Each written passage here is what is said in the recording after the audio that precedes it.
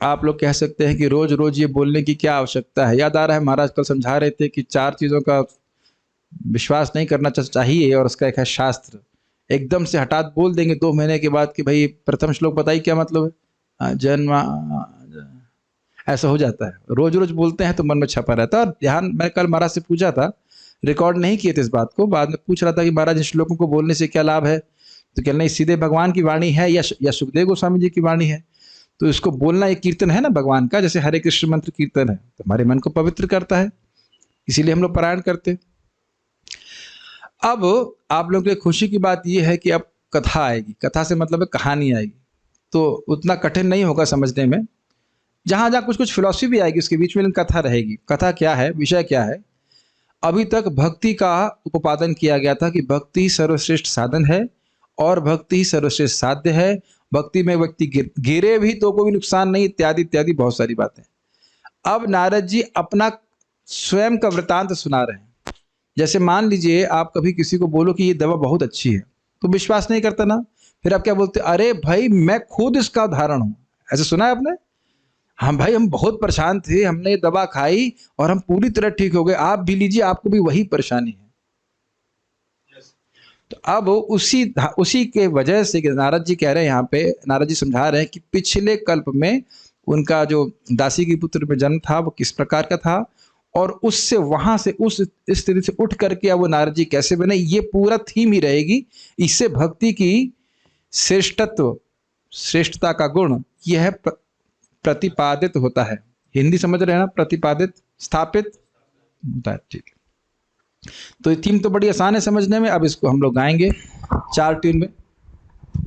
अहम पुरातीत भवे भवम मुने, अहम पुरातीत भवे अभवम मुने, दास्यस्तु कस्याश्चन वेदवादिना, दास्यास्तु कस्याश्चन वेदवादिना, निरूपितो बालक एव योगिना, निरूपितो बालक एव योगिना, शुश्रूषणे प्रावृषि निर्विवक्षता, शुश्रूषणे प्रावृषि निर्विवक्षता।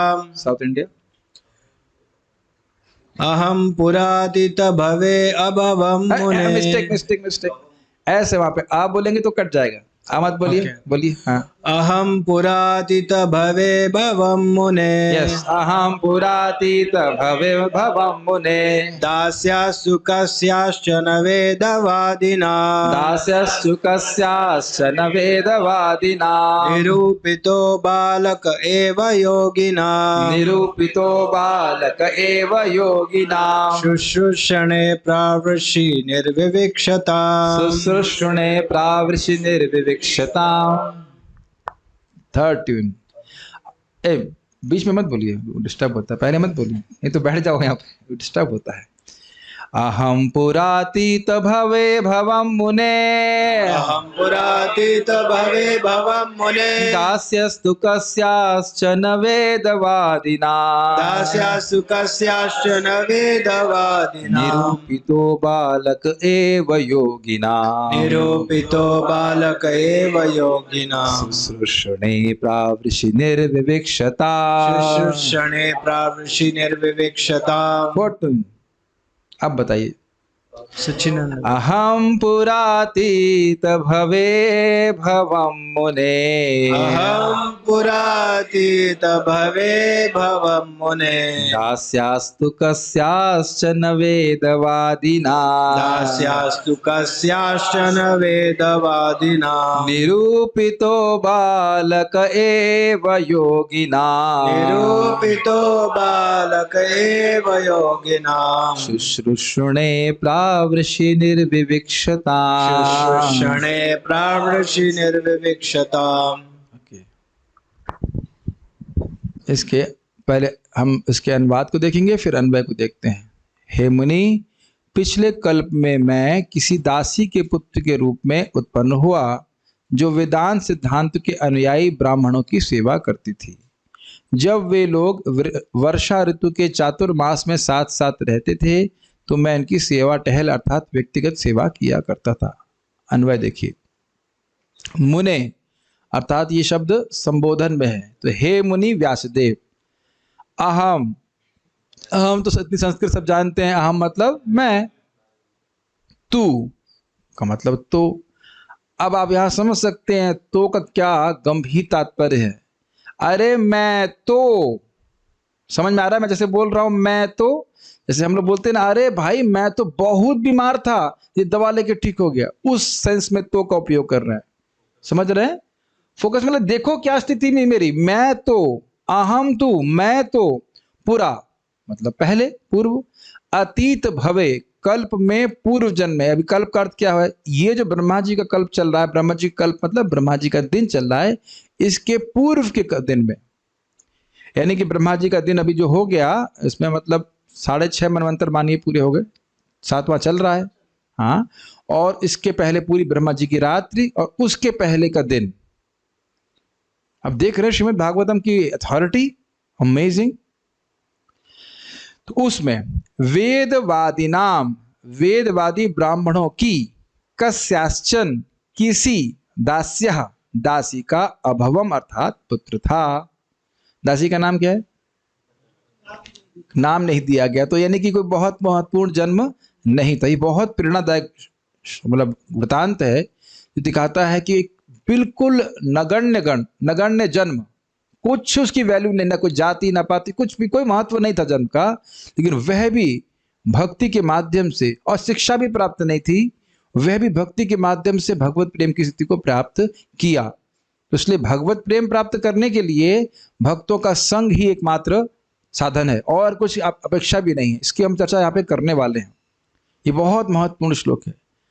और बड़े थे क्या? कहते नहीं, बालक बाल्यावस्था में विद्यमान था, दासी का पुत्र तो था। यहाँ आप देख सकते हैं कि कभी कभी लोग गरीब परिवार में पैदा होते हैं, मेहनत करके आगे विद्वान हो जाते हैं, लेकिन यहाँ तो विद्वान होने की भी अपेक्षा नहीं है। दासी के पुत्र थे, पढ़ने लिखने का कोई मतलब नहीं, और बहुत छोटे थे।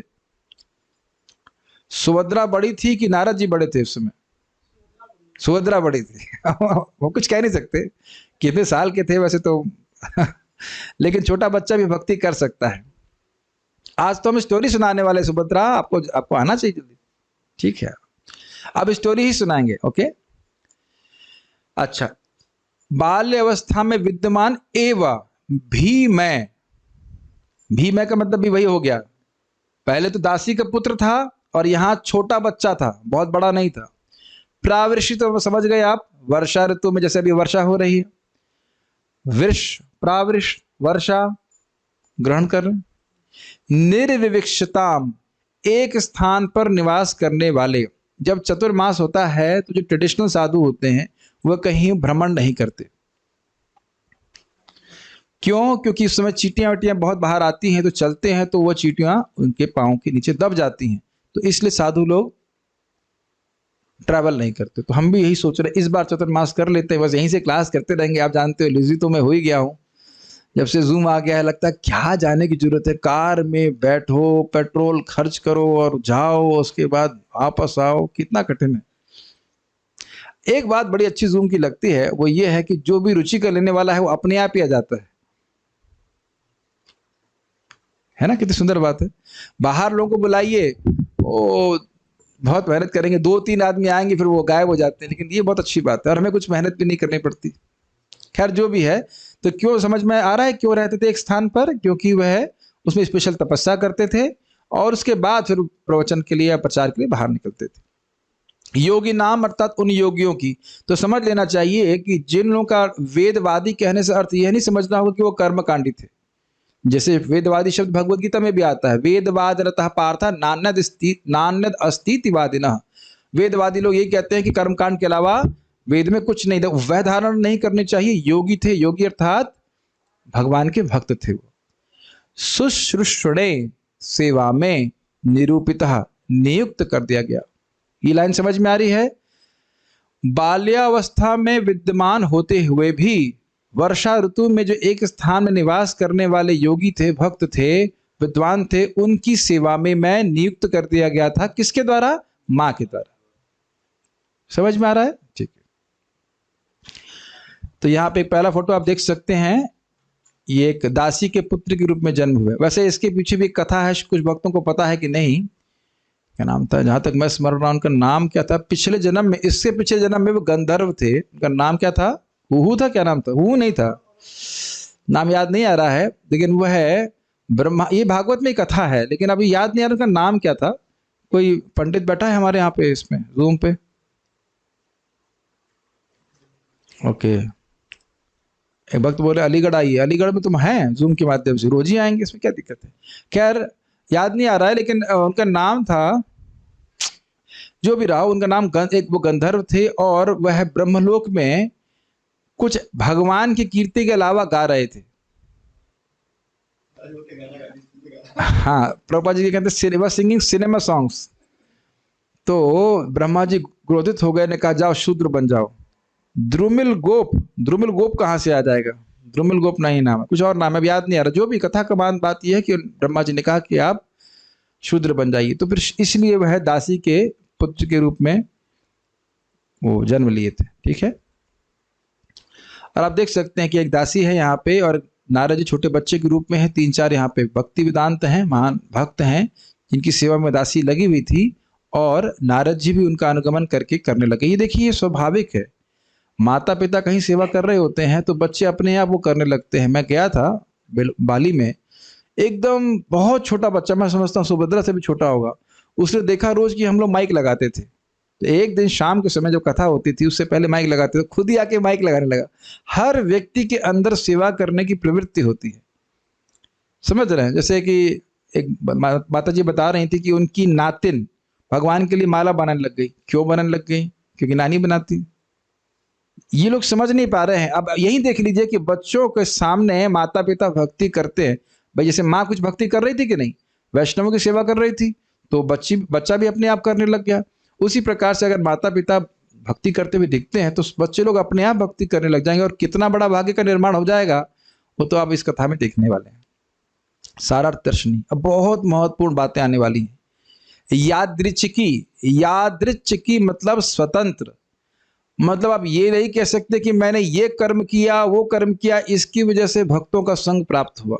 कल भी एक भक्त मुझे बोल रहे थे और वो आश्चर्य प्रस्तुत कर रहे थे कि वह तो पूरी तरह भौतिकतावाद में लिप्त थे, और ये आश्चर्यजनक रूप से भक्तों का संग कैसे प्राप्त हो गया। और ये केवल उन्हीं के संग घटित नहीं हुआ है, हम सभी इसके उदाहरण हैं। हाँ, अगर बचपन से हम लोग मतलब भक्त के परिवार में ना जन्म लिए हो तो पता नहीं, लेकिन ये भक्तों की अहेतु की कृपा है। जैसे हमारे क्या नाम, कौन से गोप है, मंगल गोप है, क्या नाम है, मंगल गोप प्रभु कौन से को, मतलब आप जब किताब वितरण करने जाते हो तो उसका, जिसका किताब वितरण करते हैं उससे क्या संबंध है आपका? कोई संबंध नहीं है। लेकिन हृदय में भक्ति है तभी तो आप सोचते हो कि इससे उनका कल्याण हो जाए, यही सोचते हैं ना। इसकी वजह से ये दया कहते हैं, अहेतु की दया कहते हैं। सामने वाले की कोई योग्यता नहीं है, लेकिन भक्ति जब आदमी करता है तो स्वाभाविक रूप से दूसरों की कल्याण करने की भावना होती है एक, और जानता है कि कल्याण कैसे होगा। तो इसलिए आप ये नहीं कह सकते कि वो कर्म किया इसकी वजह से भक्ति प्राप्त होती है, वो सब कर्म के द्वारा नहीं होती। इसलिए कह रहे यादृच्छिकी, स्वतंत्र, अपने इच्छा से।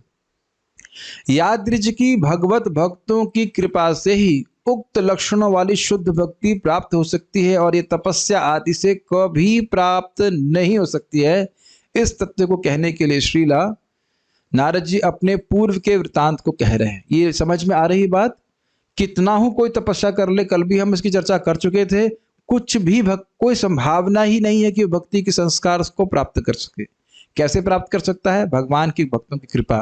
और ये कृपा है क्या, ये थोड़ा समझ लेना चाहिए। कृपा है जब वह भगवान के बारे में कुछ बोलते हैं और उसको हम श्रवण करते हैं, ये समझ रहे हैं, या उनकी हमें सेवा करने का मौका मिल जाए। एक्चुअली ये और इंटरेस्टिंग बात है, यदि उनकी सेवा करने का मौका मिलेगा, अभी आप आगे देखने वाले हो, एग्जैक्ट संस्कृत है, तद धर्म रुचि प्रजायते, तब उनका धर्म जो है श्रवण कीर्तन, उसमें हमारी रुचि होने लगती है। और इसके कई अर्थ हैं। और सेवा का अर्थ क्या है? सेवा का अर्थ है सेव्य को संतुष्ट करना। तो व्यक्ति जाके क्लास में बैठा है, ऐसा थोड़ा ना कि सब कुछ बात समझ में आती, ऐसा कहाँ होता है। लेकिन सुन रहा है, बैठा है, बैठने मात्र से जो वक्ता है उसको प्रसन्न कर देता है। हाँ, उसमें मोबाइल चेक करेगा तो प्रसन्न नहीं करता है, सो जाएगा तो उतना प्रसन्नता नहीं होती। आपने देखे ना, महाराज जी कई बार लेक्चर बोलते हैं, नाम नहीं बोल रहा हूँ, हाँ खड़े हो जाओ, खड़े हो जाओ, खड़े हो जाओ, ऐसे करके। एक जगह बोल रहे हैं महाराज जी, क्या हुआ? अरे छोड़ो, उपभरण, हाँ ठीक है, उपभरण नाम के वो थे, ठीक है कोई बात नहीं। ठीक है, सही है, रिसर्च सही है। उपबरहन नाम के गंधर्व थे। तो कई बार लोग ये समझ नहीं पाते हैं कि हम सोचते हैं कि साधुओं को खिला पिला देंगे तो वही सेवा है। वो तो है ही, साधु तो खाना अच्छा लगता ही साधु को, कोई दिक्कत नहीं है। लेकिन जैसे आप हाथ से सेवा कर रहे हैं उनके मुख में कुछ प्रसाद दे करके, मैं उनकी प्लेट में प्रसाद दे करके, ऐसे ही कान से सेवा कर रहे हैं श्रवण करके। तो एक होता है प्रसंग और एक होता है परिचर्या। ये समझ लीजिए शब्दों को। प्रसंग मतलब कथा में आकर बैठ करके सुनना, और परिचर्या मतलब सेवा करना।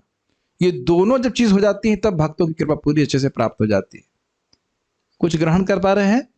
और यहाँ पे आप देखोगे किस प्रकार से न सिर्फ वह परिचर्या कर रहे थे, सेवा कर रहे थे, वपु सेवा, बल्कि बड़े ही ध्यान पूर्वक उनकी बातों को श्रवण कर रहे थे। प्रसंग और परिचर्या समझ में आ रहा है?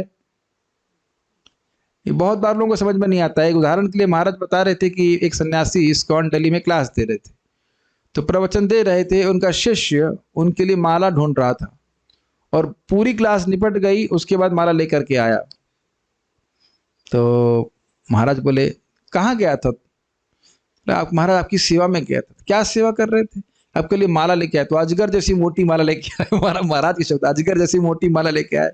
तो महाराज जी प्रसन्न नहीं हुए, कहे कि मैं यहाँ कथा कह रहा हूँ और तुम सुन ही नहीं रहे हो और कह रहे तो मेरी सेवा कर रहे हो। तो लोग समझ नहीं पा रहे। सेवा का अर्थ है यथा कालम यथा कामम, जैसा समय है और जैसी इच्छा है उसके अनुरूप सेवा की जानी चाहिए। समझ रहे? ये बहुत इंपॉर्टेंट बात है। वैष्णवों की सेवा के द्वारा ही, सेवा मतलब वैष्णवों को, भक्तों को प्रसन्न करके ही व्यक्ति भक्ति प्राप्त कर सकता है, नहीं तो नहीं कर सकता। Does it make sense? और कितना भी तपस्या कर ले भगवान को भक्ति प्राप्त नहीं कर सकता, और ना तपस्या करने की आवश्यकता है। जैसे आप यहाँ देख रहे हैं कि नारद जी ने कोई विशेष तपस्या नहीं करी, केवल भक्तों की सेवा करी, उन्हें प्रसन्न किया। Make sense? और अब एक एक श्लोक के द्वारा सीखेंगे कैसे उनको कृपा प्राप्त हुई। हमारे लिए बहुत महत्वपूर्ण बातें हैं सीखने के लिए।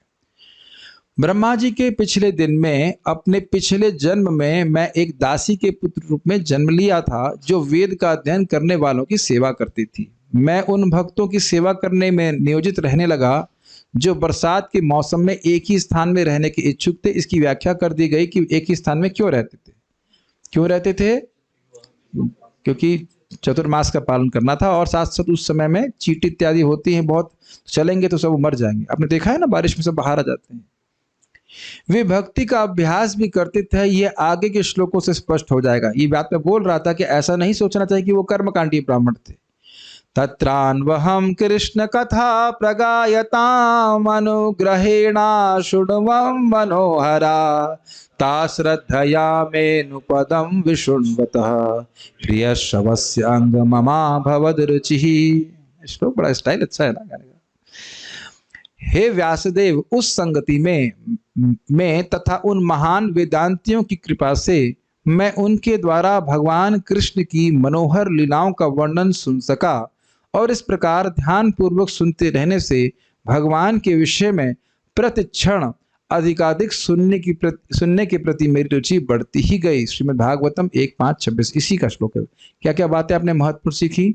एक तो उनकी कृपा से। देखिए इस संबंध में देख लीजिए, जगत में आप किसी के लिए कुछ करते हो, वो सज्जन व्यक्ति है तो वो आपको कुछ अच्छा देना चाहेगा कि नहीं? ये तो स्पष्ट समझ रहे हैं। जैसे हमारे करना मित्र अच्छा प्रसाद खिला देते, तो डोनर्स आए दोपहर में, वो कई हजार रुपए दे दिए उनको मतलब मंदिर को दे के चले गए।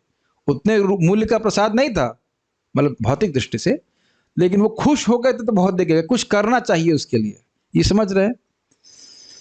तो ध्यान देना ये होगा कि जो भक्ति वेदांत थे उनकी कृपा तो निरुपाधिक थी। ऐसा नहीं थी कि नारद जी कुछ करते तो कृपा करते, लेकिन जब उनका अच्छा मृदु स्वभाव देखा तो और कृपा की कि ये बच्चा भक्ति में प्रगति करे।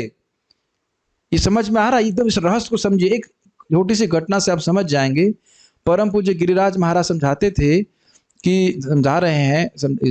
रहे थे कि वह एक बालक नहीं, एक युवावस्था के रूप में थे। वहां पे आते थे, प्रभुपाद जी वहां प्रवचन करने के लिए गए थे बॉस्टन में, और 1 साल के बाद गिरिराज महाराज जी मंदिर में ब्रह्मचारी के रूप में ज्वाइन कर लिए। तो जब प्रभुपाद जी दोबारा गए तो प्रभुपाद से वो मिले, तो प्रभुपाद जी कह रहे थे, उनको कहे कि हाँ, मैंने जब तुमसे मिला तो मैं सोच रहा था कि तुम कितने बुद्धिमान व्यक्ति हो, अल्लाह ये कितना बुद्धिमान लड़का है, अच्छा होता है कि ज्वाइन कर लेता। अब देखिए, समझ रहे ना मेरी बात, कितना ज्यादा ये सब संकल्प एक भक्त का बहुत महत्वपूर्ण है। एक और घटना सुना देता हूँ। एक प्रभुपाद जी अमेरिका में, अब मैं कहीं पे भी जा रहे होंगे हवाई जहाज से, ये तो बहुत प्रसिद्ध बात है, और एयर होस्टेस आई, ने कहा कुछ चाहिए आपको? प्रभुपाद ने कहा can I have some hot milk? तो मिल्क लेके आई, गर्म दूध लेके आई। उस समय प्रभुपाद जी मूढ़ी खा रहे थे, और पता नहीं उसको इतनी धृष्टता कह लीजिए, कुछ भी कह लीजिए, अपना हाथ डालकर मूढ़ी उसे निकाल लिए, खा गई। आगे जाकर के वो कई बाद में भक्तों को मालूम चला कि वो हरे कृष्ण मंत्र का जप करने लगी और भक्ति करने लगे। बताइए। एक और उदाहरण समझ लीजिए। प्रभुपाद जी अमेरिका में थे और कहीं जा रहे थे, ये तो बड़ा प्रसिद्ध है, और एक शोरूम था। शोरूम में प्रवेश किए और वहां व्यक्ति भारतीय होगा, जो स्टोर कीपर कह लीजिए, स्टोर का मालिक नहीं। और प्रभुपाद कहे क्या मैं आपके स्टोर पे भागवतम रख सकता हूँ अपनी डिस्प्ले करने के लिए? तो समझ में नहीं आया कि क्या, एकदम से मतलब शौक लगा हो ना। अमेरिका में कोई बोलेगा भागवत आपके स्टोर पे रखें? तो प्रभुपाद समझ गए कुछ ज्यादा सेवा मांग ली मैंने, अभी इतनी सेवा नहीं कर सकता। क्या फिर कहा अच्छा आप जल दे सकते हैं, थोड़ा बैठना चाहता हूँ। तो उसने बैठने का स्थान दिया, जल दिया, बाद में जाकर आगे जाकर वो लाइफ मेंबर बन गया उसका। तो ये बड़ा विशेष बात है, अनजाने में की गई सेवा। तो यहाँ एक तरह से अनजाना ही कहा जाएगा ना, माँ लगी है सेवा में तो बच्चा भी लग गया। तो कृपा समझ रहे हैं, उनको प्रसन्न करके मैं उनके द्वारा भगवान कृष्ण की मनोहर लीलाओं का वर्णन सुन सका। इसका मतलब ये है कि वो बोल रहे थे कथा और बच्चे को भी बैठने दिया। तो इससे एक बात और भी शिक्षा मिलती है कि बच्चों को समझ में बिल्कुल ना आए, मान लीजिए पूरी बात नहीं समझ में आए, फिर भी कथा में लाना चाहिए अगर वो डिस्टर्ब नहीं करें। सुभद्रा चुपचाप बैठी रहती, गुड गर्ल। और आपको कुछ कुछ तो समझ में आता होगा, नारद जी के बारे में बोल रहे हैं तो समझ में आ रहा है ना? ठीक है। एक्चुअली मैं तो ये मानता हूँ कि शायद बच्चों को अधिक समझ में आता होगा क्योंकि दिमाग में अभी कचरा नहीं भरा है कि नहीं। बढ़ जाते तो ज्यादा कॉम्प्लिकेटेड हो जाता है दिमाग, समझ नहीं पाते इसको। अब दूसरी बात आप यहाँ पे क्या सीख रहे हैं? ध्यान पूर्वक श्रवण करने से। अगर अनमनस्क रहता है व्यक्ति तो उसको उतनी कथा में रुचि नहीं होती। मान लो ये सोचे यार ये काम करना है, वो काम करना है, ये करना है, वो करना है, फिर कथा में रुचि नहीं आती। तो कथा में रुचि आती है जब थोड़ा ध्यान पूर्वक श्रवण करने का प्रयास करें। उसके लिए जीवन थोड़ा शुद्ध होना चाहिए। इससे पहले मैं आगे जाए एक बात जरूर बोलना चाह रहा था, कल आप शायद पकड़े नहीं बात की नहीं, कि जब हम कोई शुद्ध कर्म करते हैं तो उससे हमारी शुद्ध वासना का निर्माण होता है। तो ये देख रहे हैं यहाँ पे, आप एकदम प्रत्यक्ष देख रहे हैं कि नहीं, कि नारद जी ने वैष्णवों की सेवा करी, महत् सेवा द्वारा माहुर विमुक्ति, पुरुषों की सेवा करी तो भक्ति की वासना हृदय में जागृत हो गई। कितना सुंदर है, मतलब ये बहुत सुंदर सिद्धांत है। जैसे हम कहते हैं कि वैष्णव अपराध बहुत खतरनाक है, उसको पॉजिटिव में लीजिए कि वैष्णव सेवा बहुत शक्तिशाली है, वैष्णव का गुणगान बहुत शक्तिशाली है। अगर आप जाप करेंगे अच्छे से, धीरे धीरे ये आपके हृदय में स्वयं ये बात उदित होने लगेगी कि कोई भी व्यक्ति नाम जप कर रहा है तो वह कोई साधारण व्यक्ति नहीं है। ये बात जब अच्छे से जप करने का ये प्रभाव होता है कि निंदा से, स्पेशली वैष्णवों की निंदा से, चाहे वो एक माला भी कर रहा है, हम बचने का प्रयास करेंगे, क्योंकि नाम की महिमा समझ में आने लग जाएगी। तो नाम जापक की महिमा भी समझ में आने लग जाएगी। कुछ ग्रहण कर रहे हैं इस बात को? जैसे हम लोग कभी कहते हैं ना कि अरे साहब वो तो बहुत बड़ी कंपनी में काम करता है, तो कंपनी की महिमा समझ में आ रही है इसलिए उस व्यक्ति की महिमा समझ में आ रही है, नहीं समझ में आ रहा है। ठीक है, ये बहुत इंपॉर्टेंट बात है। बाल प्रबोधिनी, परंतु आप यह सब रहस्य कैसे जानते हैं? कौन से रहस्य? कि भाई भक्ति से कोई गिर भी जाए तो कोई नुकसान नहीं है, भगवान की महिमा, ये सब आप कैसे जानते हैं? अब कैसे पता? मान लो व्यासदेव ये प्रश्न करें, अगर ये अपेक्षा हो, मान लो ये प्रश्न हो, तो यह सूचित करने के लिए कि हीन व्यक्ति को भी यह भक्ति मार्ग सबसे उत्तम बना देता है, इसलिए साधन के प्रारंभ से लेकर फल पर्यंत अपने वृतांत को कहने के लिए श्लोक कह रहे हैं। मैं थोड़ा अलग तरह से बोल रहा हूं ताकि आप समझें कि कितनी महत्वपूर्ण बात है। हर व्यक्ति, प्रायः भी नहीं कहना चाहिए, हर व्यक्ति जब भी भक्ति शुरू करता है तो वह एक कनिष्ठ अधिकारी के रूप में ही शुरू करता है। एक जन्म की बात मत लीजिए, जब भी भक्ति शुरू करेगा वह कनिष्ठ के रूप में ही शुरू करेगा, उसे कुछ नहीं पता भगवान कौन है क्या है। क्रमे क्रमे से ही भक्त होए वे उत्तम, लेकिन कनिष्ठ होते हुए भी क्या गुण हमारे होने चाहिए जिससे हम प्रगति कर सकें, वह आप इस वृतांत में जरूर सीखोगे। इंद्रिय संयम करना, व्यर्थ की बातें नहीं करना, सेवा की भावना होना, यह सब चीज़ें आप 3 4 5 गुण देखेंगे जिस पे हम लोग बल देने का प्रयास करेंगे, वह अपने जीवन में हम धारण करेंगे तो भक्ति में हम प्रगति कर सकते हैं, बहुत तीव्र कर सकते हैं। पहले ही बोल देता हूं कि 4 महीने के अंदर नारद जी को कृष्ण प्रेम प्राप्त हो गया था। तो कहीं हम लोग भी कुछ गड़बड़ी कर रहे हैं, इज इट नॉट? एक व्यक्ति को इतना अच्छा रिजल्ट मिला तो हम लोग कुछ हमें एक कम से कम एक क्या कह सकते हैं उसके, रिफ्लेक्शन क्या कहेंगे, मनन तो करना चाहिए कि हम कहाँ गलती कर रहे हैं। वैसे देखिए 4 महीने में तो कलयुग में इतना जनरली मिलता नहीं है, लेकिन फिर भी कहीं ना कहीं व्यक्ति को देखना होगा, विचार करना होगा, विमर्शन करना होगा कहाँ मैं गड़बड़ कर रहा हूँ। खैर निरुत्साही मत होइए, 40 साल में मिल जाए, चाहे 400 साल में मिल जाए, चाहे 4000 में मिल जाए, चाहे 4 करोड़ में मिल जाए, तो भी कोई दिक्कत नहीं, वो उस तरह उधर घबराने की जरूरत नहीं है। लेकिन ये बात बोल रहे हैं कि साधन से लेकर भगवत प्रेम तक कैसे पहुंचे, इसका वो वर्णन इसी अध्याय में करने वाले। बहुत रोचक कथा है, तात्पर्य प्रभुपाद जी का। श्री नारद मुनि ने यहाँ पर भगवान की भक्ति से, इससे पहले मैं आगे जाऊं फिर इसी बात पे विचार कीजिए। एकदम हीन व्यक्ति जन्म की दृष्टि से और भौतिक योग्यता की दृष्टि से, और वह भी एक ही जन्म में भगवान का पार्षद बन गया। और अब कोई नारद जी को दिक्कत है? तो जो बुद्धिमान व्यक्ति है, अगर उसकी रोटी पाने की व्यवस्था हो गई है तो उसको और अधिक कोई प्रयास नहीं करना चाहिए। हमारे पास बहुत अधिक समय नहीं है। बहुत सुंदर था, कल रात्रि में मैं सोने से पहले बड़े सुंदर भगवान एक रियलाइजेशन या कुछ ऐसे दे रहे थे कि जैसे मुझे ऐसे याद करा रहे थे कि जैसे मैं एक कंपटीशन की तैयारी करता था पहले, और मुझे हमेशा सचेत रहता था कि मेरे पास बहुत अधिक समय नहीं है, तो इसकी वजह से मैं फोकस रहता था। समझ कर पा रहे हैं? डर नहीं होता था, लेकिन फोकस रहते थे कि व्यर्थ के कर्मों में अपना हम समय बर्बाद न करें।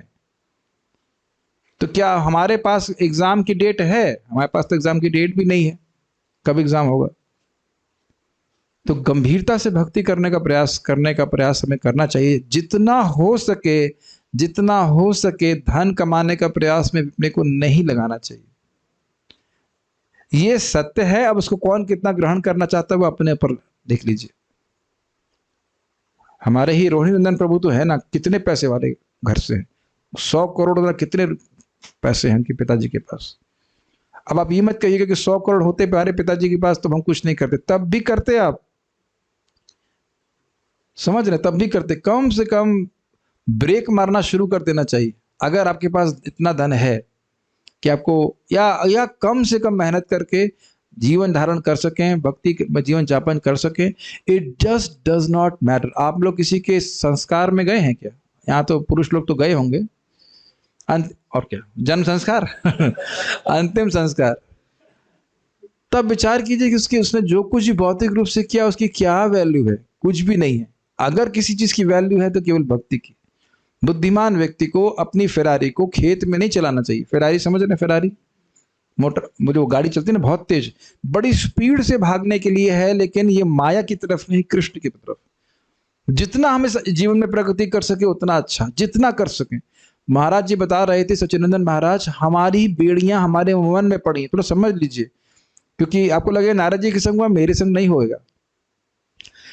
एक हाथी होता है, जब हाथी छोटा होता है तो उसे पकड़ते कैसे? पकड़ लिया उसको, छोटे बच्चे को, अब उसके पाँव में बेड़ी डाल दी। अब वो जब खींचता है तो उसके पाँव में दर्द होने लगता है, खून आ जाता है, घाव हो जाता है। तो अब आश्चर्य ये करेंगे, जो हाथी बड़ा हो जाता है तब भी उसी बेड़ी से बंधा रहता है जिससे वह बचपन में बंधा था, क्योंकि अब बंधन उसके मन में है, पाँव में नहीं। कुछ ग्रहण कर पा रहे? उदाहरण को बहुत सुंदर उदाहरण दिए थे। हम लोग हैं भगवान के धाम के निवासी, अर्थात मतलब हमारी योग्यता हमें भगवान के पास रहना चाहिए, और हम सोच रहे हैं कि हम जगत के व्यक्ति हैं। कुछ ग्रहण कर पा रहे इस बात को?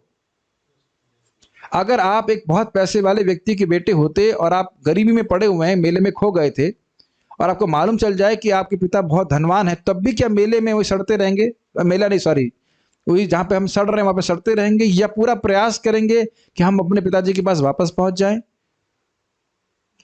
कुछ समझना चाहिए। और ये ध्यान दीजिए कि भगवान हमसे कहीं अधिक आतुर है हमको वापस अपने धाम वापस ले जाने के लिए। कंडीशन नहीं सेट कर रहे, जैसे यहाँ पे कॉम्पिटिशन होता है ना, इतना कट ऑफ है उसके बाद ही आओगे। मैं खाली ये बोल रहा हूं कि जब नारद जी के संग हो सकता है भगवान की भक्ति के द्वारा एक ही जन्म में, तो हमारे संग क्यों नहीं हो सकता? क्या नारद जी और मतलब तत्व की दृष्टि से क्या नारद जी भी तो एक आत्मा है, मैं भी एक आत्मा हूं और आप सभी लोग आत्मा है, इसमें कोई कमी तो है नहीं। Make sense? बुद्धिमान व्यक्ति को ऐसे सोच लेना चाहिए कि हाँ ठीक है, अगर कुछ रोटी पानी का जुगाड़ हो जाए तो कोई खास फर्क नहीं पड़ता है, भौतिक वस्तुओं को हम धारण कर पाए या नहीं कर पाए, वो तो हमको कभी स्पर्श कर ही नहीं रही है। Make sense?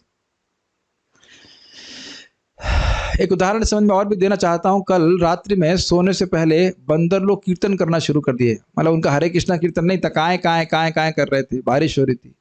तो मैं सोच रहा था, और आपने कई बार देखा होगा कि बंदर लोग घर नहीं बना सकते।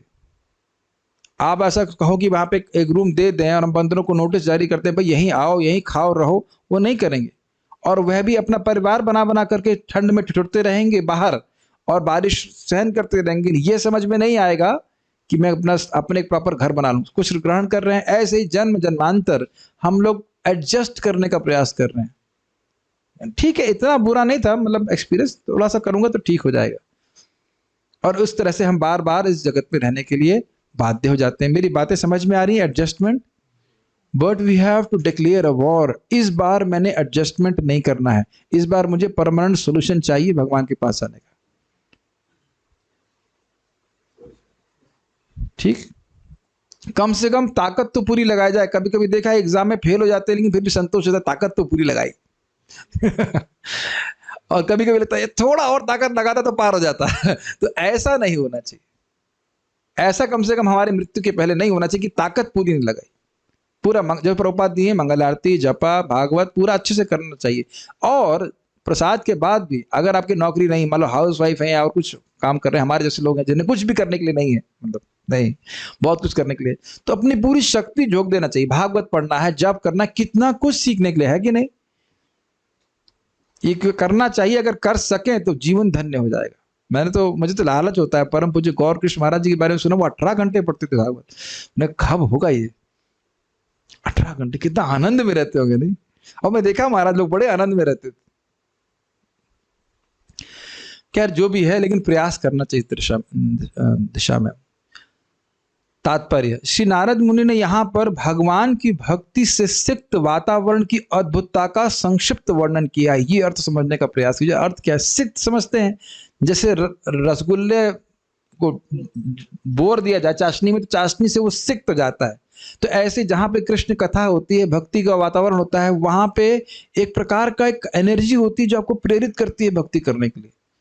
ये अनुभव किए हैं आप लोग? अगर मैं कहूं कि रोज आप 8 से 9 भागवत खोल के पढ़िए, बहुत मुश्किल होगा, लेकिन यहां कितना आसान हो जाता है ना। कुछ महसूस कर ही रहे होंगे आप।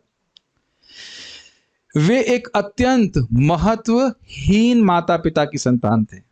नाम नहीं रखा जा रहा, पिता का तो नाम ही नहीं बोला, किसका कौन थे क्या थे। उनकी शिक्षा ठीक से नहीं हुई थी, तो भी उनकी समस्त शक्ति भगवान की सेवा में संलग्न रहने के कारण वे अमर मुनि बन गए। इस फायदे को समझ रहे हैं? समस्त शक्ति का मतलब, अरे भाई अगर कोई व्यक्ति, चलिए ठीक है गृहस्थ में भी गया, लेकिन 50 साल के बाद अब कोई काम नहीं होना चाहिए, सारी शक्ति झोंक देनी चाहिए कृष्ण की डायरेक्ट भक्ति करने में। अधिक अधिक जप करें, अधिक अधिक श्रीमद् भागवत का श्रवण करें। ये जीवन का लक्ष्य है। भगवान कभी नहीं कहेंगे तुम परिवार ठीक से क्यों नहीं चला पाए। भगवान अपना ही परिवार ठीक से नहीं चला पाए, चैतन्य महाप्रभु परिवार छोड़ के चले गए, तो आपको क्या बोलेंगे? अगर बोलेंगे तो आप क्या देना, आप तो परिवार छोड़ दिए, हमसे बोल रहे हैं परिवार मत छोड़ो। नहीं, तो खाली वो विनोद के लिए बोल रहे हैं। रामानंद राय जी को भी महाप्रभु कहे, जब वो रामानंद राय जी से मिलते हैं तो कहते हैं, रामानंद राय कहते हैं कम से कम 10 दिन तो यहाँ रुकिए महाप्रभु से, क्योंकि पूरी पूरी रात कृष्ण कथा करते। तो महाप्रभु कहते हैं 10 दिन क्या, मैं तो चाहता हूं कि तुम पूरा जीवन मेरे संग साथ में रहो। और फिर रामानंद राय जी कितनी बड़ी पोस्ट पे थे, हम नहीं कल्पना कर सकते। गवर्नर थे शायद साउथ इंडिया के, बहुत बड़े राज्य के गवर्नर, वो सब त्याग करके महाप्रभु के पास रहे भगवत भक्ति करने के लिए। ये सिद्धांत है कि हम आत्मा है, इसमें कोई विरोध है। और आत्मा केवल भगवान की भक्ति से संतुष्ट हो सकती है। इस शरीर को वस्तुतः ऐसे देखना चाहिए जैसे हम अपनी मोटरसाइकिल को देखते हैं।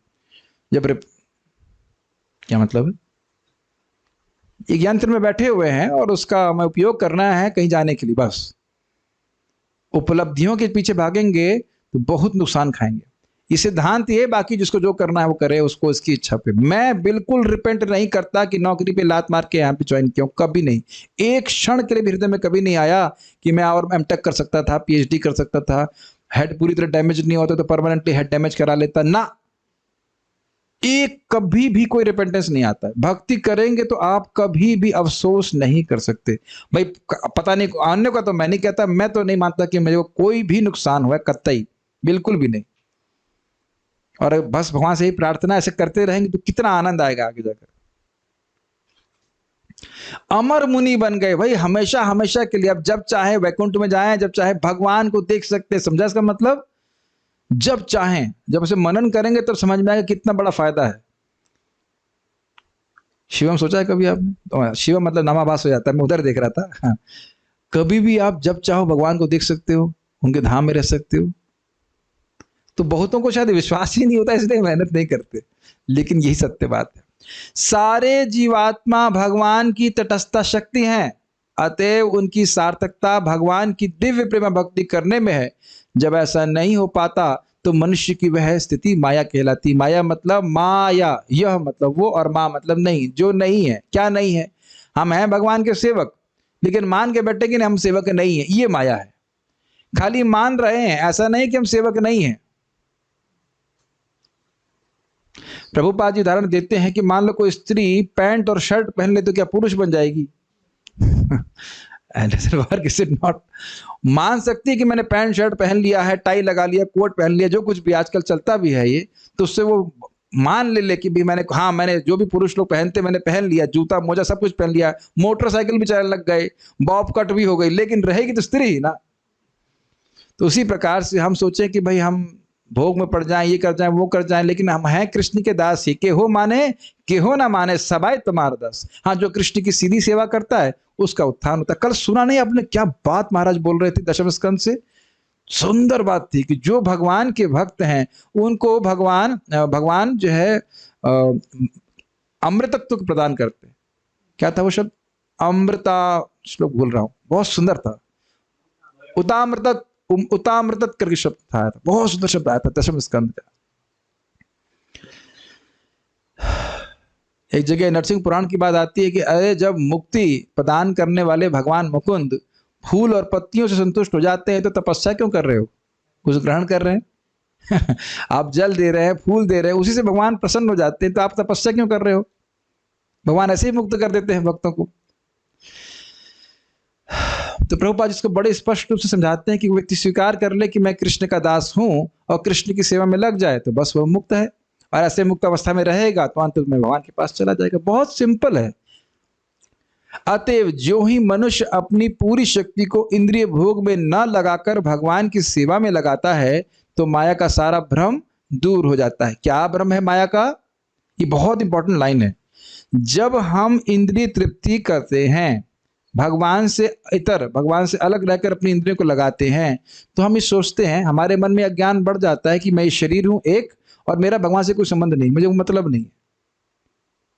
ये अनुभव करते हैं आप? नहीं करते हैं? ऐसा होता ही है, क्यों नहीं करते?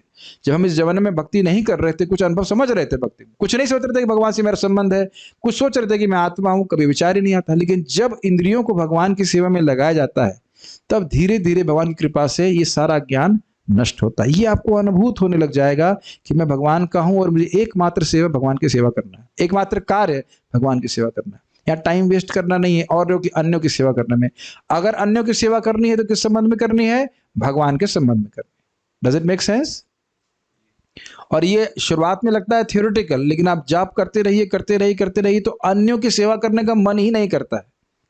मतलब भौतिक दृष्टि से देखिए, अगर कोई भक्त बीमार है और उसको आप दवा दे रहे हैं तो वह भगवान की सेवा है या नहीं है, ये समझ लेना होगा।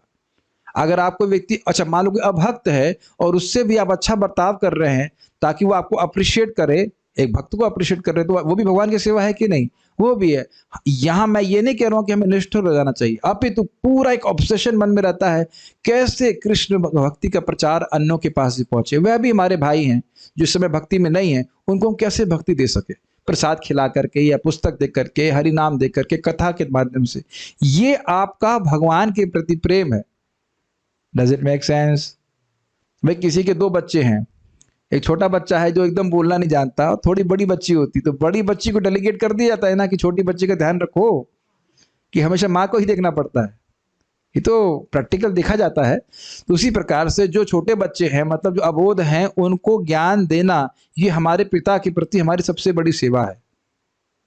ये तो भगवान गीता में स्वयं इस बात को बोले हैं। तो यथा योग, जितना आपका सामर्थ्य है इतना तो बता सकते हैं ना, कृष्ण भगवान हैं। जैसे मेरी माता जी ने मेरी मौसी को बताया, तुम्हारे जिस बाबा की तुम पूजा करती हो, कौन से शास्त्र में लिखा है कि बाबा वो बाबा भगवान है? तो मौसी क्या बोलेंगी? कुछ नहीं बोल पाएंगी। और देखो वो सिंपल सी बात, देखो कृष्ण को गीता में भगवान बोला गया है, भागवत में बोला गया उनकी पूजा करो, तो कम से कम बाबा का फोटो गया तो कृष्ण का फोटो लग गया। हरे कृष्ण जप नहीं है, आप उसे कुछ नहीं गिनेंगे, लेकिन बहुत बड़ी बात है। इतना कोई नहीं कर सकता, सभी कर, कोई भी कर सकता है, इज इट नॉट? और आप आश्चर्य करेंगे, ऐसे लोग बैठे हुए हैं बिल्कुल टाइम बॉम्ब की तरह, तो ऐसा लगता है भक्ति को शुरुआत पकड़ने के लिए एकदम बैठे हुए, तुरंत पकड़ लेंगे उसको, भक्ति को। हो सकता है कि उनकी भक्ति हमसे भी तेज चलने लग जाए। हमारे ग्रुप में एक भक्त आते हैं जिनको लाने वाले नहीं आते, लेकिन वो जिनको लाया गया है वो खूब आते हैं। ऐसा हो जाता है कभी कभी, ठीक है?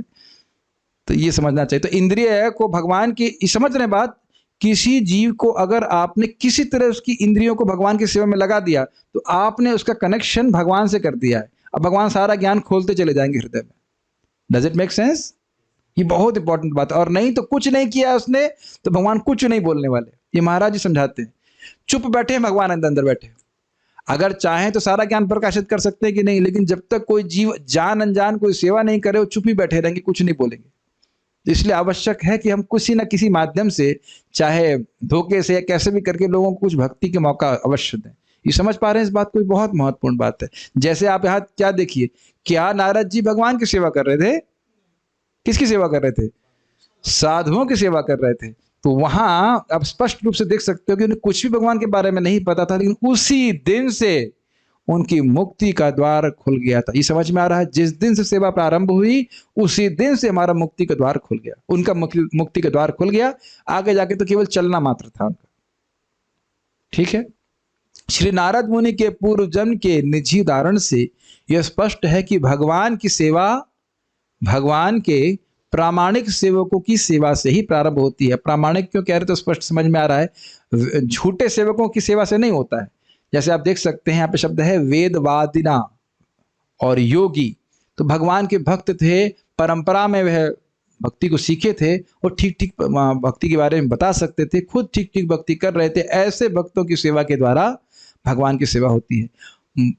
मानव सेवा से माधव सेवा प्रारंभ नहीं होती, जैसे यहाँ पे आप देख रहे हैं। महत सेवा के द्वारा भगवान की सेवा प्रारंभ होती है। सेवा मतलब उनको प्रसन्न करने की भावना। और आप ये भी देख सकते हैं, ये आप लोग अपने आप अनुभव करेंगे कि जो वैष्णव हैं, भक्त हैं, उनकी सेवा आसान होती है। Does it make sense? कोई भक्त है, मान लो कि मुझे मैंगो पसंद है, तो आप मैंगो प्रसाद उसको दे सकते हो कि नहीं?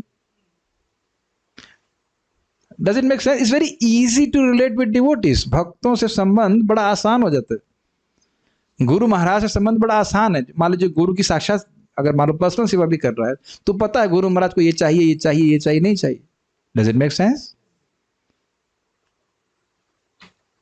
प्रभुपाद जी से पूछा गया कि मैं भगवान के प्रति ईर्ष्या से कैसे मुक्त हो सकता हूं, तो उन्होंने कहा कि पहले तुम गुरु के प्रति ईर्ष्या से मुक्त हो जाओ। उसका मतलब क्या समझ रहे हैं? गुरु भगवान के प्रति, ये प्रतिनिधि क्यों है, ये ऊंचे आसन पे क्यों बैठेंगे, मैं बैठूंगा, ये तो गलत बोल रहे हैं। इस प्रकार की भावना व्यक्ति के हृदय में आ जाती है, तो फिर बड़ी दिक्कत होती है। देखिए, गलत और सही का निर्णय पहले अपनी चेतना को देखिए, चेतना क्या है। समझ रहे हैं मेरी बात? किसी वस्तु को देखने का दृष्टिकोण हमारी चेतना के ऊपर निर्भर करता है। तो वो जिस चेतना से कोई सीनियर भक्त बोल रहा है, वो उससे हम अभी नहीं देख पा रहे हैं, तो फिर हम देखेंगे हाँ ये गलत बोल रहे हैं, गलत बोल रहे हैं, ऐसे करके। तो पहले सोच लेना चाहिए कि हमारी चेतना क्या है। भगवान कहते हैं कि मेरे दासों की सेवा मेरी निजी सेवा से बढ़कर है। मद भक्त पूजा भी अधिकार, श्रीमद् भागवत 11:19-21। भक्त की सेवा, हाँ, चैतन्य चरितामृत में भी शंकर पंडित जी को महाप्रभु कहते हैं कि, उनका नाम याद नहीं आ रहा, उनके एक और व्यक्ति थे, मतलब सीनियर भक्त थे, उनको बोलो कि इनकी सेवा करो, इनकी सेवा से तुम मेरी सेवा करोगे। और इसी प्रकार से ऋषभ देव जी भरत महाराज के बारे में कहते हैं, याद है आपको? ऋषभ देव अपने 100 पुत्रों को शिक्षा दे रहे हैं और उसके बाद कहते हैं कि तुम सब लोग यानी 99 के 99 अपने बड़े भाई भरत महाराज की सेवा करो, इसके द्वारा तुम मुझको प्रसन्न करोगे। और चैतन्य महाप्रभु के पास रघुनाथ दास गोस्वामी जी आए, तुमने क्या कहा? आप स्वरूप दामोदर गोस्वामी के अंतर्गत रहकर भक्ति करो। याद आ रहा है? एक भक्त था ज्वाइन किया, बोला मुझे दासों के दास नहीं बनना है। हमने कहा ठीक है, नेक्स्ट लाइफ, इस जन्म में नहीं समझोगे तो अगले जन्म में समझोगे, इसके बिना तो पार नहीं सकते। आप या हम गोलोक में ऐसे नहीं जा सकते जैसे कि कोई हीरो एंट्री करता है ना दरवाजा तोड़ करके, मैं आ गया। It doesn't work like that, it doesn't work, sir ना। या फिर जैसे मैं याद नहीं दिलाना चाहता, लेकिन जैसे पहले एक हीरो थे ना, उनकी पर जूते दिखाई पड़ते थे और वो ठक ठक ठक करके आते थे, उस तरह से हम गोलोक में नहीं आ सकते हैं। बड़ा नम्र भावना में ही व्यक्ति जो नम्र रहेगा वही भगवान के पास वापस जा सकता है। ज्ञान में भक्त लोग ऐसी बातें बोल देते हैं। भक्त की सेवा भगवान की सेवा से अधिक मूल्यवान है। इसका अर्थ यह नहीं कि भगवान की सेवा नहीं करना चाहिए, पूरा समझेंगे, पूरा पढ़ेंगे तो समझ में आएगा। अतएव मनुष्य को चाहिए कि भगवान की सेवा में निरंतर रत रहने वाले भगवान के किसी प्रामाणिक सेवक को चुने होना चाहिए, चने नहीं होना चाहिए, वो स्पेलिंग मिस्टेक है, उसे अपना गुरु बनाए और उस गुरु की सेवा में अपने को लगाए। ये बहुत महत्वपूर्ण बात है। देखिए आजकल के समाज में आप देखते नहीं कि लोग किसी को भी गुरु बना लेते हैं। महाराज समझा रहे थे, कान फुकवा गुरु, क्या बोलते हैं, कान फूकने वाला गुरु, कान में कुछ मंत्र फूक देता है लेकिन उसको वो खुद भगवान की भक्ति में लगा नहीं रहता है। एक जगह और विचारने बात प्रभुपाद जी कह रहे थे कि ऐसे मूर्ख गुरुओं के पास मत जाओ जो कहते हैं कि तुम्हें 6 महीने में मैं तुमको भगवान बना दूंगा, तुम मुझे $35 दो। अब उनसे पूछो कि तुम तो पूरा जीवन साधना कर रहे हो ना, तुम भगवान हो तो तुमको $35 की क्या अपेक्षा है? सोचने वाली बात। तो धोखेबाजी वाले लोगों के पास नहीं जाना चाहिए जो प्रामाणिक रूप से परंपरा में ज्ञान प्राप्त किया है। भगवान की सेवा में रत का मतलब ही हो गया कि वह भगवान की प्रेमी है। अगर प्रेमी नहीं होगा तो भगवान की सेवा क्यों करेगा, बताइए? Make sense? अच्छा, एक और इंटरेस्टिंग बात है, आप मेरे गुरु महाराज संबंध में कह रहे थे, बड़ा सुंदर बात कह रहे थे कि भगवान तो कहते हैं, मान लो कोई कहे, भगवान कहते हैं तेषाम, क्या है, लगातार मेरी सेवा में लगे रहते हैं, तेषाम सतत युक्ता नाम भजताम प्रीति पूर्वकम ददामि बुद्धि योगम तम ये न माम अपयांति। जो लगातार ही मेरे प्रीति पूर्वक भजन में लगे रहते हैं, वो उनको सारा ज्ञान मैं हृदय में दे देता हूं, तो मुझे गुरु की क्या जरूरत है? तो महाराज बोले कि ये पहले बताओ क्या तुम प्रीति पूर्वक 24 घंटे भगवान की सेवा में लगे हो? नहीं लगे हो। इसलिए ऐसे व्यक्ति की सेवा करनी पड़ेगी जो इस प्रकार से लगा हुआ है, और उसकी सेवा करके हमको भगवान की कृपा प्राप्त हो पाएगी। समझ रहे बात? और ध्यान दीजिएगा, जिसकी सेवा करेंगे उसके गुण हमारे पास आने लग जाएंगे। Does it make sense? ऐसे यह देखेंगे यहाँ पे, ऐसा गुरु आपको प्रश्न करेगा, क्या मैं कृष्ण की सेवा डायरेक्ट नहीं कर सकता? मुझे गुरु के माध्यम से जाने की क्या जरूरत है? आते हैं तो अब देखिए इसका उत्तर। ऐसा गुरु एक पारदर्शी माध्यम है जिससे उन भगवान का दर्शन किया जा सकता है जो भौतिक इंद्रियों के बोध से परे हैं। अब आपको एक बहुत सुंदर फोटो दिख रही है टेलीस्कोप की, ये जानबूझ कर फोटो रखा हूं ताकि मन में छप जाए बात। टेलीस्कोप का क्या प्रयोजन होता है? जो बहुत दूर की वस्तु होती है उसको बहुत पास लेके आ जाता है और उसका विजन और क्लियर भी कर देता है। ठीक, अब ये मान लिया जाए कि भगवान तो हमारे हृदय में है, लेकिन वस्तुतः साक्षात्कार की दृष्टि से भगवान बहुत दूर है। तो गुरु बीच में, अच्छा इस टेलीस्कोप में बहुत सारे शिष्य होते हैं कि नहीं बीच में? अगर थोड़ा लेंस कहते हैं ना इंसान, तो जितने अधिक लेंस होते हैं उतने शक्ति बढ़ जाती है और उतनी ही दूर की वस्तु और पास आ जाती है। तो जितना हम अधिक दास भाव में रहेंगे उतना कृष्ण और हमारे पास आ जाते हैं और अधिक कृपा प्राप्त होती। और इसको ये खाली मजाक के लिए नहीं कह रहे हैं, आप खाली मोटिवेशन देने के लिए नहीं बोल रहे हैं। महाप्रभु स्वयं बोल रहे हैं कि श्रीवास, तुम्हारे दासों का करोड़ों गुना दासों का दास भी मुझे अपने प्राणों से भी अधिक प्रिय है। ये चैतन्य भागवत के शब्द है महाप्रभु। तुम्हारे गांव का कुत्ता भी मुझे बहुत प्रिय श्रीवास।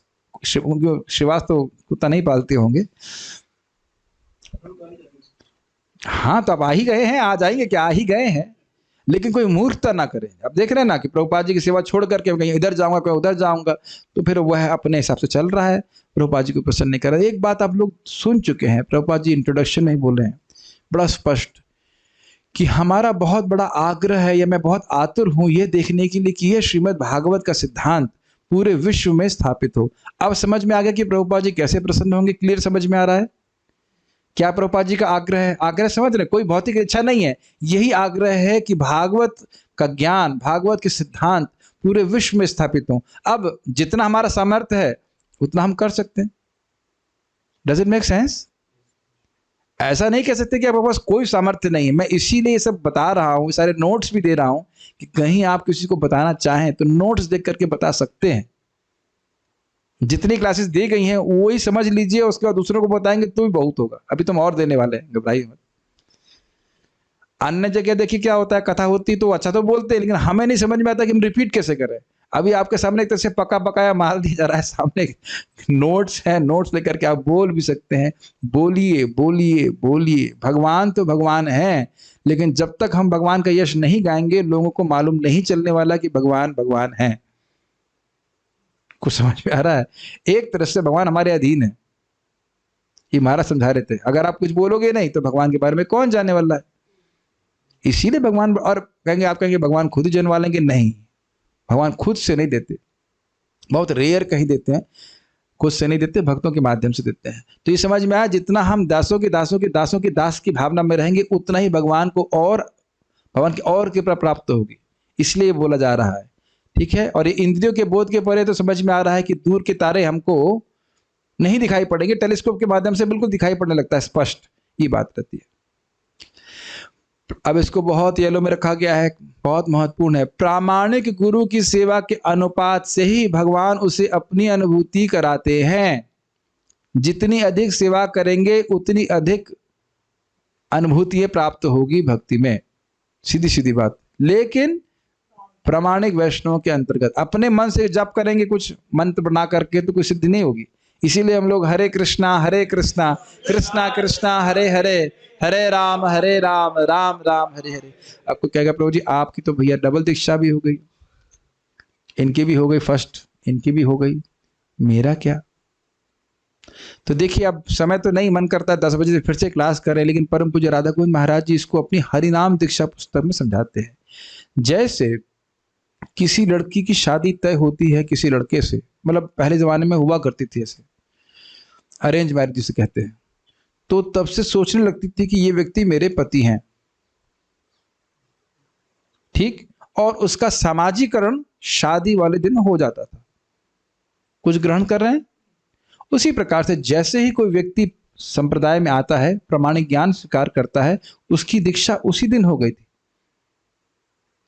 ये समझना, उसका फॉर्मलाइजेशन, समाजीकरण दीक्षा के समय होता है। ये बहुत गंभीर बात है समझने वाली। I may be affiliated to a sampradaya but I may not be inclined to that संप्रदाय।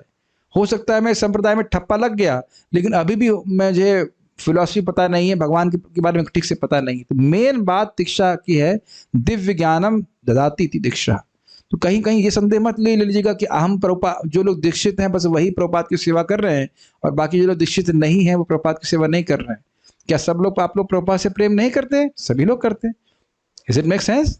शिक्षा गुरु हैं हमारे श्रील प्रभुपाद जी, और हम सभी लोग चाहे दीक्षित हो या नहीं हो, अगर इस ज्ञान को स्वीकार कर रहे हैं तो हम दीक्षित हो चुके हैं।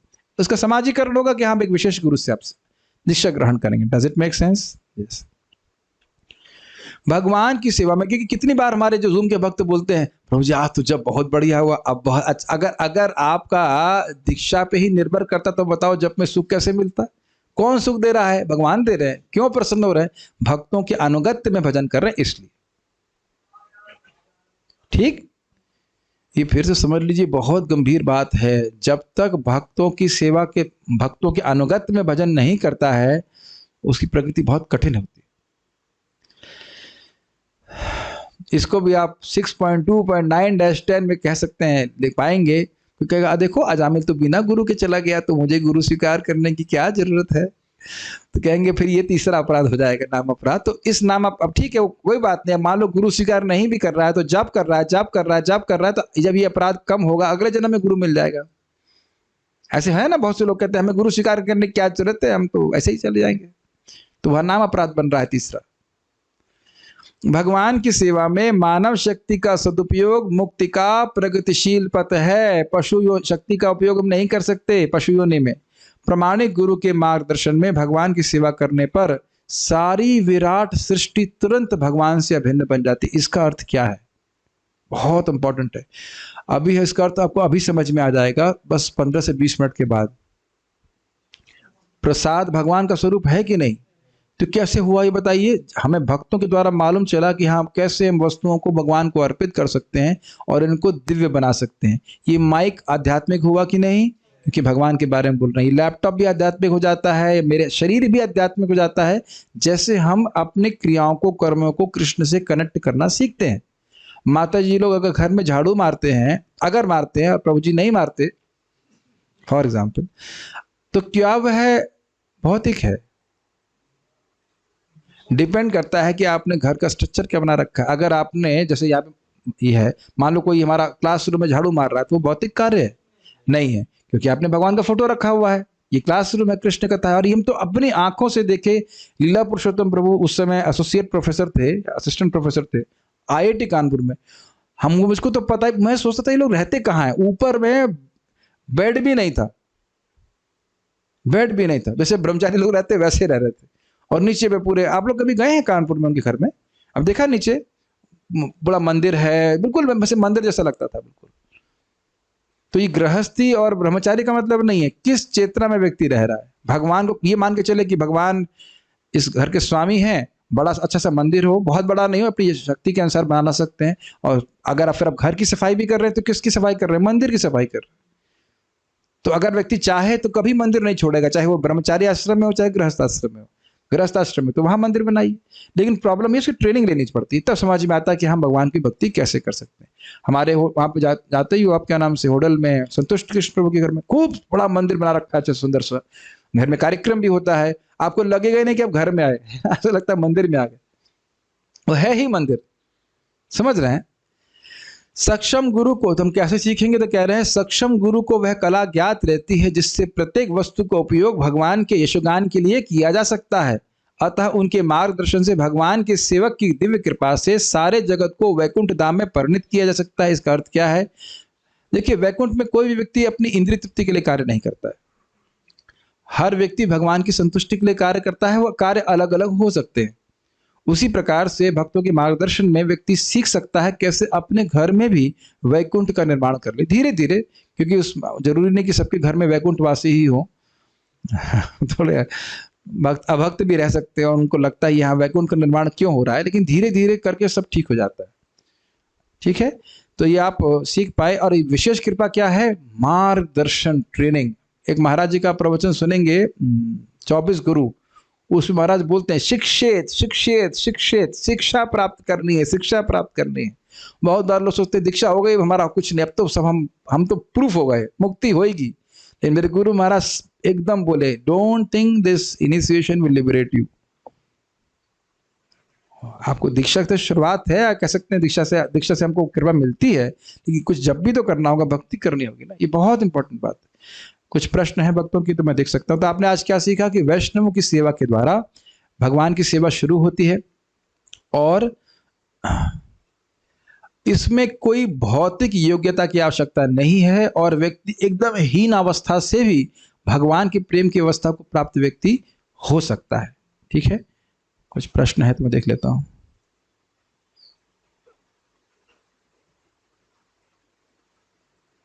ओके, उपवरण था, ठीक है, उनका नाम था। मेरा आभार कैसे प्रकट किया जा सकता है? बहुत सिंपल है, नाम जप कीजिए और लोगों को भगवान का नाम जप कराने की प्रेरणा दीजिए।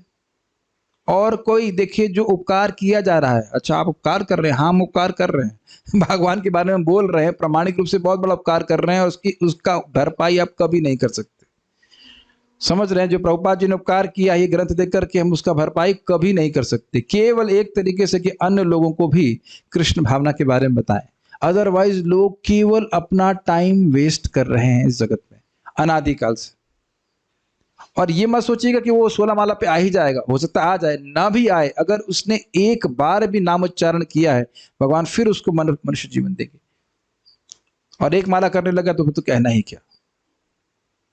इस प्रकार से विश्वास होना चाहिए। देखिए केवल हमें शास्त्र सुनना नहीं चाहिए, विश्वास भी रखना चाहिए इस बातों पे। अजामिल से बड़ा उदाहरण क्या हुआ बताइए? प्रसाद दे करके, भगवान का नाम जप करा करके किसी तरह संपर्क में लाइए। इस जन्म में नहीं आएगा तो अगले जन्म में आएगा। बथुए का एग्जाम्पल तो आप जानते ही हैं। हाँ ठीक है, अच्छा एक्सपेरिमेंट कर ली, थोड़ा लेके आइए बीज, सब लोग अपने घर में बथुए का बीज ले आइए और उसको बो दीजिए और खूब पानी दीजिए, फिर देखिए कब उगता है। दिसंबर के पहले उगेगा ही नहीं। लोग ध्यान नहीं दे रहे हैं बात में। महाराज क्या बोल रहे थे, आप कहीं प्रीचिंग करने जा रहे हैं और कोई व्यक्ति से रास्ता पूछ लिया और उसने रास्ता बता दिया तो उसको आप कुछ नहीं गिनेंगे, लेकिन भगवान नोट कर लेते, इसने सेवा करी। आपको बता ही चुका हूं कि व्यक्ति कीर्तन पार्टी वालों को देखा, उसने ऐसे हाथ हिलाया तो यमराज उसको वापस भेज दिए। ये कथा बता चुका हूं।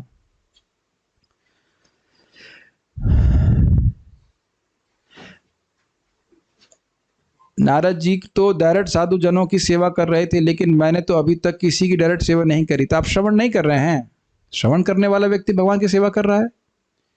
सर्वेंट्स और सर्वेंट्स की फीलिंग नहीं आती है, ठीक है, बॉस की फीलिंग रखिए। Mind tend to find faults and become agitated. क्या करें? कह रहे हैं कि हम भक्तों में दोष देखते हैं या भावना नहीं आती कि मैं सेवकों का सेवक हूं, लेकिन ये ऐसे खाली नम्रता में बोल रहे हैं, ऐसा है नहीं। बहुत अच्छे भक्त हैं, खाली अपनी नम्रता में इस प्रकार से वो बोल रहे हैं कि मैं तो बॉस हूँ। जहाँ तक मेरी अंडरस्टैंडिंग है आप बहुत अच्छे डिवोटी हैं और हमेशा भक्तों को प्रसन्न करने का प्रयास करते हैं। बहुत सिंपल है। हर भक्त को, ये मैं बहुत अच्छी प्रैक्टिस बोल रहा हूँ, चाहे अब आपके पति हो, चाहे वो की पत्नी हो, चाहे वो के बच्चे हो, चाहे आपकी माँ हो, चाहे कोई भी हो, आप उनको ये देखने का प्रयास करिए कि भगवान के अंश हैं और मैं कैसे उनकी मदद करूं ताकि उन्हें भगवान का स्मरण हो जाए। बस इतनी बात तो कर सकते हो। Every time a person comes और meets with you, he should come closer to Krishna. इतना कर सकते हैं। Does it make sense? आप उनसे ऐसा कुछ बर्तन प्रसाद दे दीजिए, या जैसे लाइक हम क्या सुभद्रा को कृष्ण की सेवक के रूप में नहीं देख सकते? क्या मैं उन्हें भागवतम बोल करके भगवान के पास नहीं लाने का प्रयास कर सकता हूं? प्रयास कर नहीं कर रहा हूं? कर रहा हूं। Is it not? समझे या ना समझे? नहीं तो इस जगत में हम लोगों को कैसे देखते हैं, इससे मुझे क्या प्राप्त होगा? Is it not? बहुत बुरी चेतना है, बहुत बुरी चेतना है। ये बहुत अच्छी चेतना है। गृहस्थी में भी रह करके, गृहस्थी हो चाहे कहीं भी हो, अपने बच्चों को, अपने पति को यही देखिए कि हाँ ये भी कृष्ण के सेवक हैं। कैसे हम इनकी मदद कर सकते हैं, भले वो मदद लेना भी ना चाहें। प्रसाद तो हर कोई व्यक्ति खा सकता है कि नहीं, इसमें कोई दिक्कत है? ये बहुत सुंदर चेतना है। In this way we can be humble servant of the servant. बहुत सुंदर चेतना, ये एक्सट्रीमली सुंदर चेतना है। और ये नाम जब करते चले जाइए, आपको बहुत अच्छा लगेगा। यानी आप किसी से द्वेष नहीं कर रहे हैं। Even if a person is not accepting Krishna consciousness, अगर कोई कृष्ण भावना स्वीकार नहीं भी कर रहा है, फिर भी मन में ही भावना होनी चाहिए काश ये स्वीकार कर ले। हम उसको कंट्रोल नहीं कर रहे। मौका देने का तो प्रयास, मौका तो दिया जा सकता है ना। ये बहुत अच्छी चेतना है, मतलब रियली नाइस चेतना, बहुत सुंदर।